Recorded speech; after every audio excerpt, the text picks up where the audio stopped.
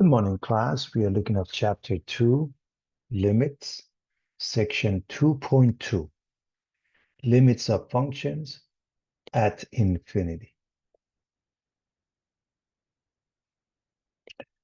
So we covered limits of sequences. We're going to look at limits of functions at infinity. We're going to continue to look at limits of functions at finite numbers, algebraic methods. So what we have covered so far is as follows.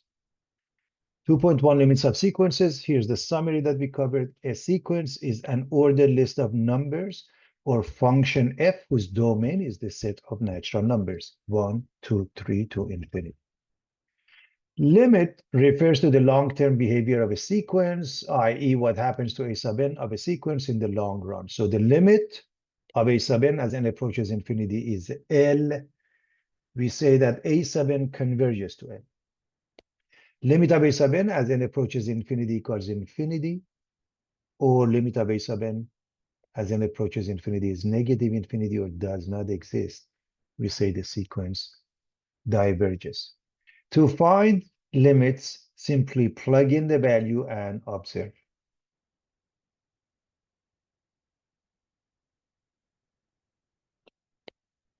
Some of the theorems we looked at. The limit of r to the power of n as n approaches infinity depends on the value of the base r.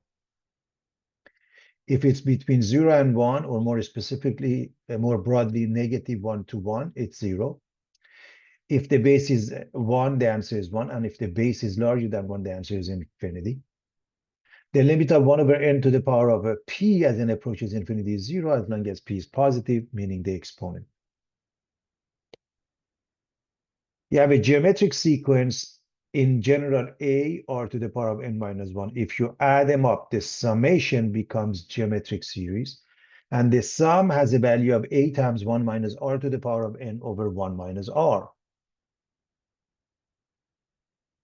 If r is between negative 1 and 1, according to this theorem, r to the power of n goes to 0, we get a over 1 minus r.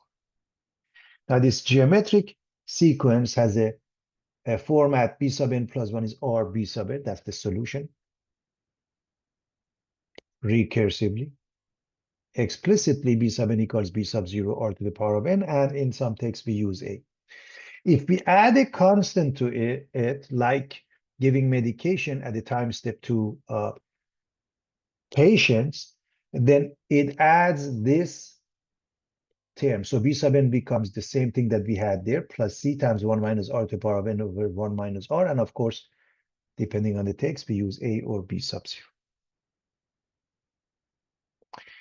And now the new stuff, section 2.2, limits of functions at infinity. Here's the summary definition. Horizontal asymptote, or HA, of the curve y equals f of x is the line y equals L if the limit of f of x as x approaches negative infinity or positive infinity is L. The limit of 1 over x as x approaches infinity is 0. The limit of 1 over x to the power of p as x approaches infinity equal to 0. Of course, p must be larger than 0. And you probably remember this function when you graph it, which gives rise to the horizontal asymptote from pre-calculus, y equals 0.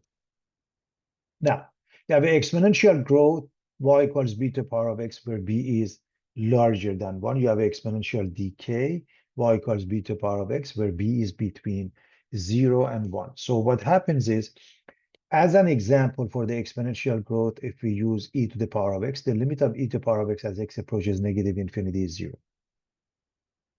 That means the x-axis for y equals 0 is the horizontal asymptote. And this one refers to the first quadrant, the end behavior. The limit of f of x as x approaches infinity is infinity. Also, this is refer to the end behavior in algebra. The limit of f of x as x approaches negative infinity equals infinity, which means the second quadrant. However, as an example, e to the power minus x, which is an exponential decay, the limit of e to the power minus x as x approaches infinity is 0. And as I mentioned, this means the x-axis for y equals 0 must be the horizontal asymptote. Cube function. We recall the limit of f of x as x approaches negative infinity is negative infinity, and the limit of f of x as x approaches infinity is infinity. This is referring to the third quadrant. This is the first quadrant. And what we are looking at in algebra, we called it the end behavior.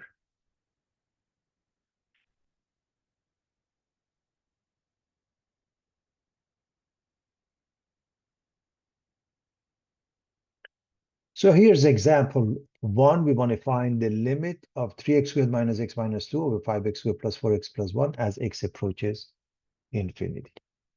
So what is the technique? You're dealing with a rational expression.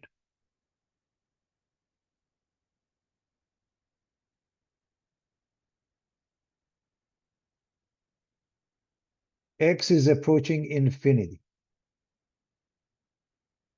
If you plug in, you get infinity over infinity. So the technique is to divide by highest degree term in the denominator, namely x squared. We do that. We make up three fractions at the top and the bottom, and we simplify it. We get right here. Now, as far as I'm concerned, this is good enough. However, let's look at the limit laws, the intermediate steps that normally I skip. And that is, you apply the limit to the top, you apply the limit to the bottom and separate them. This is using limit laws. The top has three pieces, three algebraic expressions. You apply the limit to each piece, the same thing for the denominator. Now, as you know, when x approaches infinity, this guy, this guy, this guy, this guy, they are all zero. So this is what you get. So what I would have done, and I wanted to show you this, from here, everybody, you can go to this one, and the answer is 3 over 5, and that is done algebraically. If you graph it,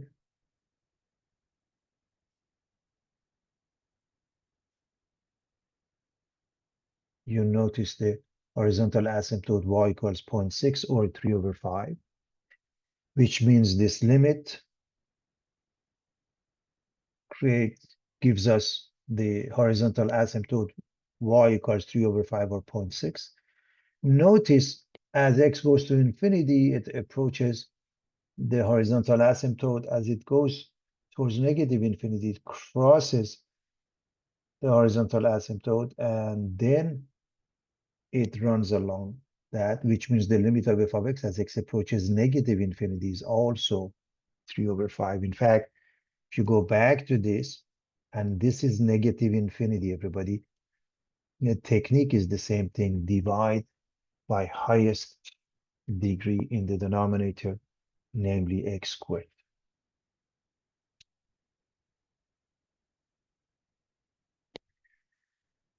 The notation in infinite limits at infinity, the notation limit of f of x as x approaches infinity equals infinity is used to indicate that the values of f of x become large as x becomes large.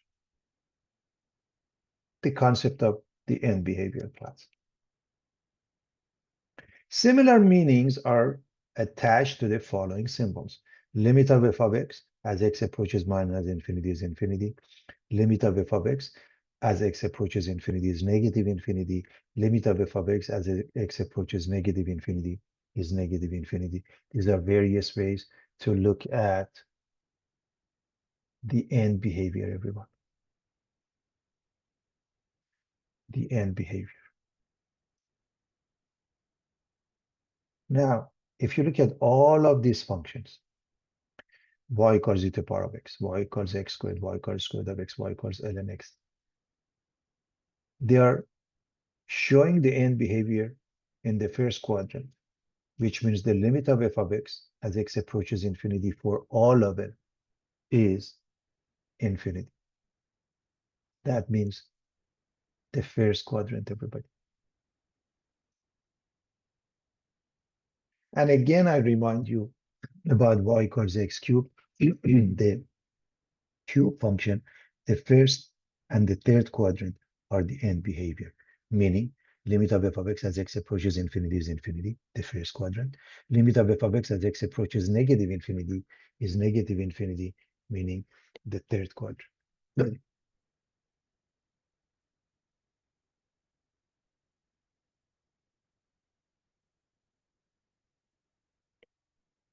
How do we find the limits? To find the limit, just plug in and observe.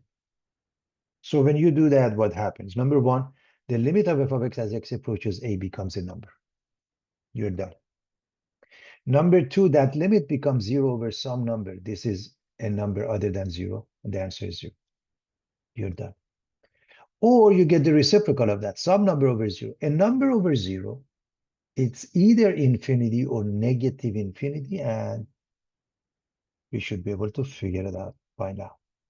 However, in calculus, most of the time we get indeterminate forms, such as 0 over 0, infinity over infinity, infinity minus infinity. And what they mean is that we have to work harder to figure out the answer. We have to use our algebraic technique. So indeterminate forms,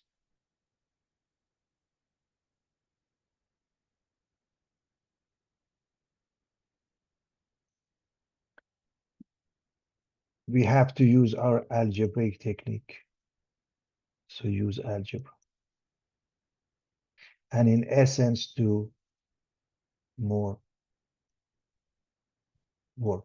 That's all it means. Just you get there, it's not enough. It's not good enough. So for example, if you look at this one, if you plug in 5 times infinity plus 7 is infinity, infinity squared is infinity, and so you end up with infinity over infinity. So the technique is, again, you're looking at rational expression.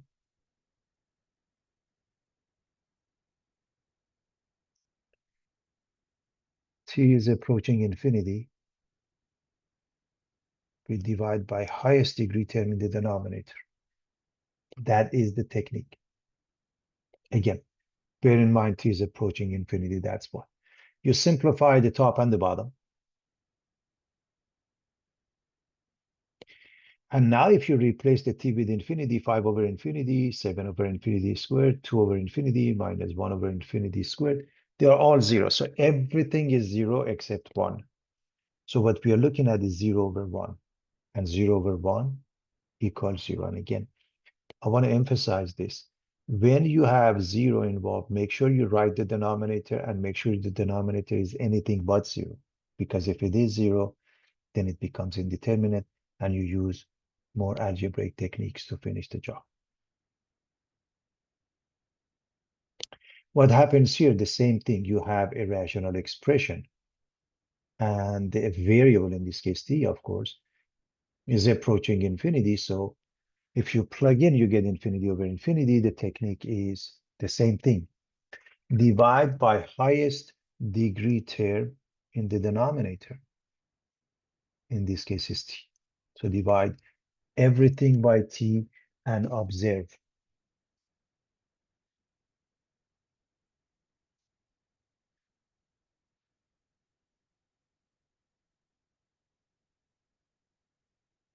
Simplify.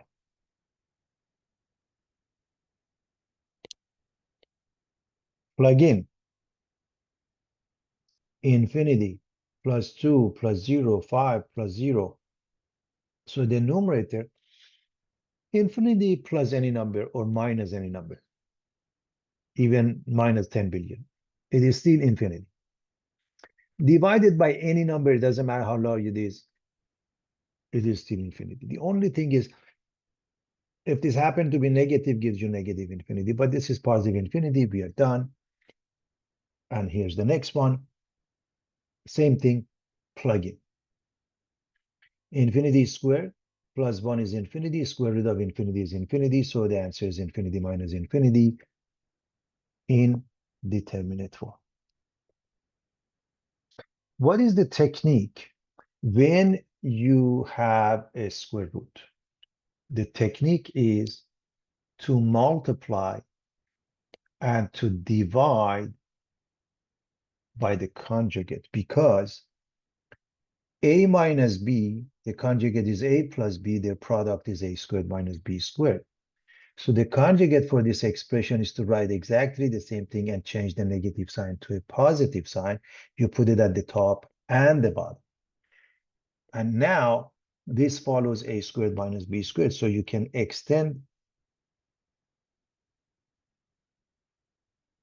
the fraction bar.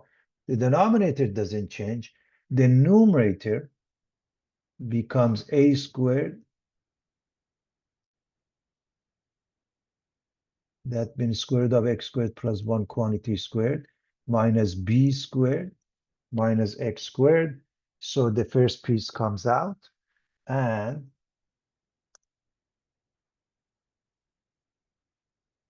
these two cancel each other. Now, if you plug in infinity, you get infinity plus infinity in the denominator, which is still infinity, and the answer is 0.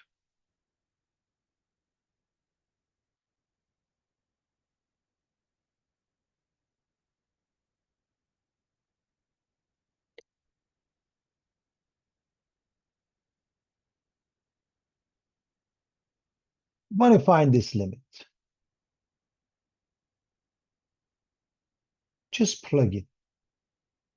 When we plug in, we get 0 for e to the power of minus t, that is e to the power of minus infinity. Why is that? Negative exponential rule tells us that a to the power of minus m is 1 over a to the power of m. Therefore, e to the power of minus t is 1 over e to the power of t. And so that would be 1 over e to the power of infinity, which is 1 over infinity, which is 0. So 12 over 4 or 3 is the final answer.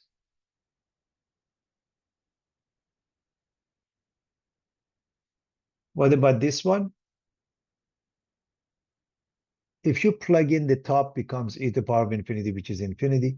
The bottom becomes also infinity, but with negative 3 makes it a negative sign. Doesn't matter, it's infinity over negative infinity or infinity over positive infinity. It's indeterminate. Now, this is not a rational expression because e to the power of t is a transcendental function. It's a fractional format, but the technique is the same. When t approaches infinity and you have an indeterminate form, you divide by highest value in the denominator, which is e to the power of t, and simplify.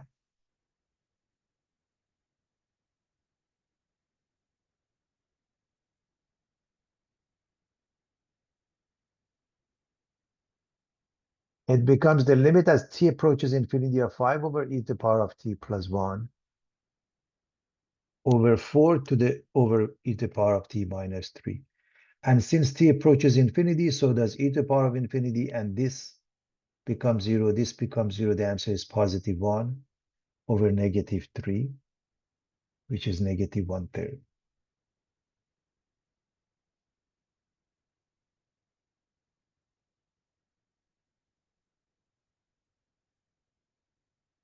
The limit of x squared minus x as x approaches infinity, when we plug in, we get infinity minus infinity. It is also indeterminate. Therefore, we use a technique. What technique? We use factoring. We factor out the x. The limit of x times x minus 1 over as x approaches infinity. If we plug in, we get infinity times infinity minus 1, which is also infinity.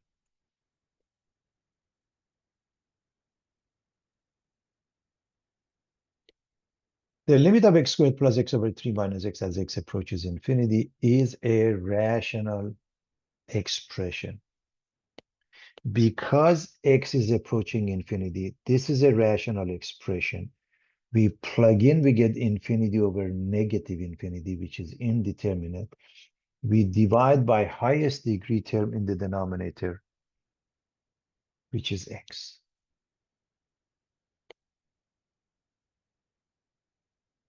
And we simplify.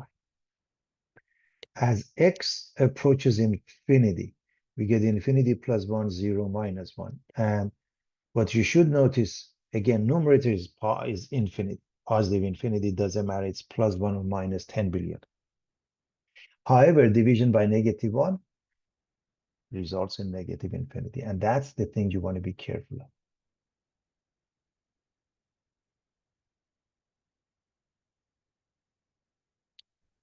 The Pacific halibut fishery has been modeled by the equation B of t equals 8 times 10 to the power of 7 over 1 plus 3 e to the power minus 0.71 t, where B of t is the biomass, the total mass of the members of the population in kilograms at time t. What is the limit of B of t as t approaches infinity? Plug in as the limit. So we want to find this.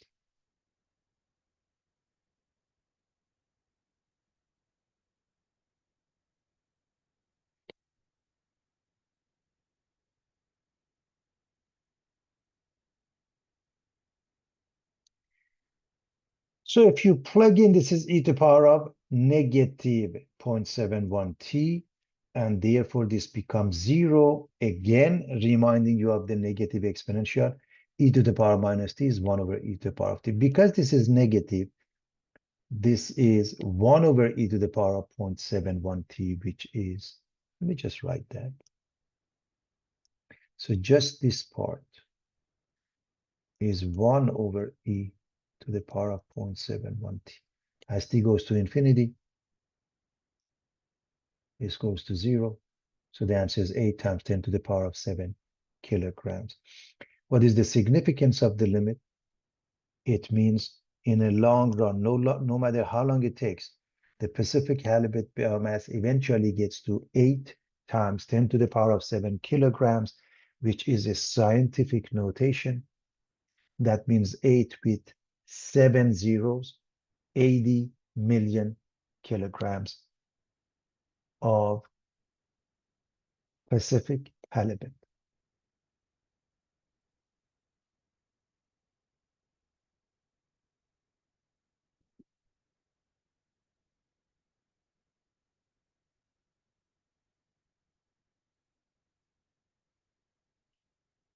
Example 5. A tank contains 5,000 liters of pure water.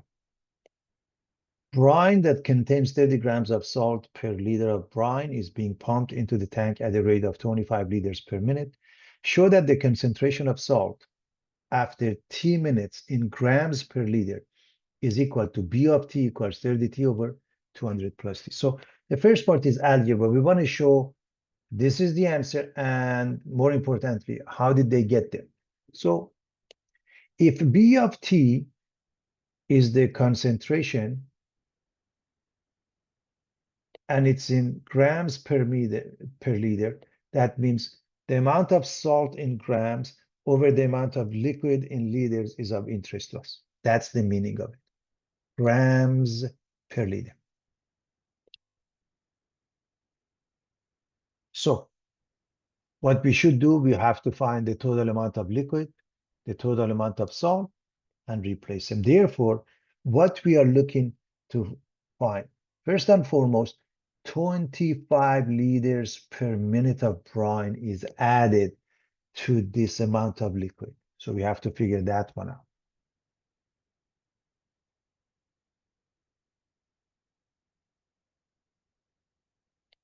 Also, we get 30 grams of salt per liter. So 1 liter, so if we go with this table, in 1 minute, we get 25 times 1 liters of brine because it's 25 liters per minute. So in 1 minute, we get 25 times 1 liters of brine. Each liter has 30 grams of salt, so we get 25 times 1 times 30 grams of salt.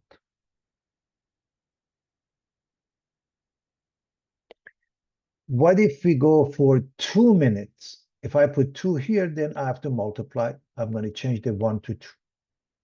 So in 2 minutes, we get 25 times 2 liters of brine, 25 times 2 times 30 grams of salt. What if I go for 10 minutes, 25 times 10, 25 times 10 times 30?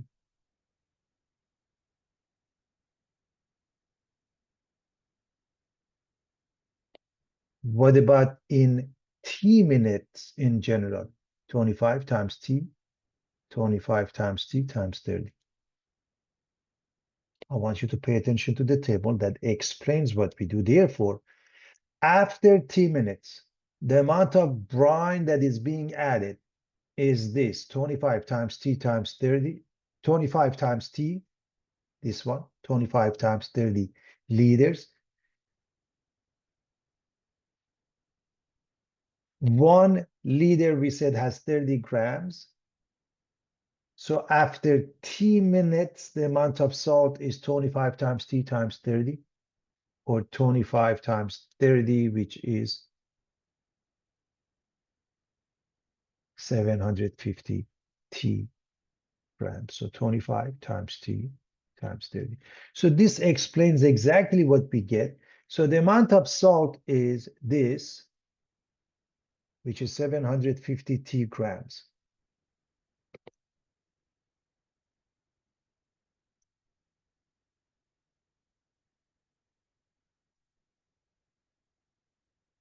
What about the amount of liquid? The amount of liquid is this much, 25 T plus this much. We originally had 5,000 liters, and now we've added 25 times T liters of brine. Therefore, the numerator is this one, 750 T, and the denominator, the total amount of liquid, is the sum of those two. And so we notice they are both divisible by 25. We're going to factor the 25 out. This becomes 25 times 30T. 25, if you take the 25 out, this becomes 200. This becomes just T. And finally, drop the common factor. We get 30T over 200 plus T, and that's exactly what we had right here.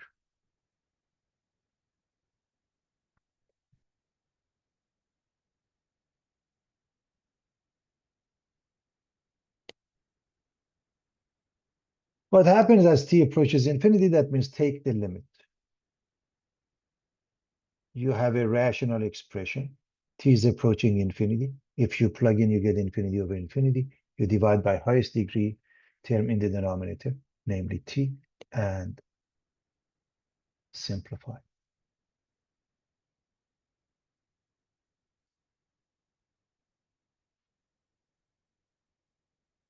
What happens when we simplify, we get 30 at top, 200 over T plus 1. And as you know, when T goes to infinity, this goes to 0, 30 over 1. 30 and the units of grams per liter. So 30 grams per liter. What does it mean? And this is very important to pay attention to. In a long run, all the liquid turn into brine. What does it mean? We had 5,000 liters of pure water. So what happened? Well, if you add brine indefinitely, that's the meaning of T approaching infinity. You add so much brine that this amount of pure water compares to the amount of brine added is nothing. Therefore, for all practical purposes, it becomes pure brine. And that's why these two numbers are identical. And that's the idea. Eventually becomes brine, and it gives you the same amount, 30 grams of salt per liter.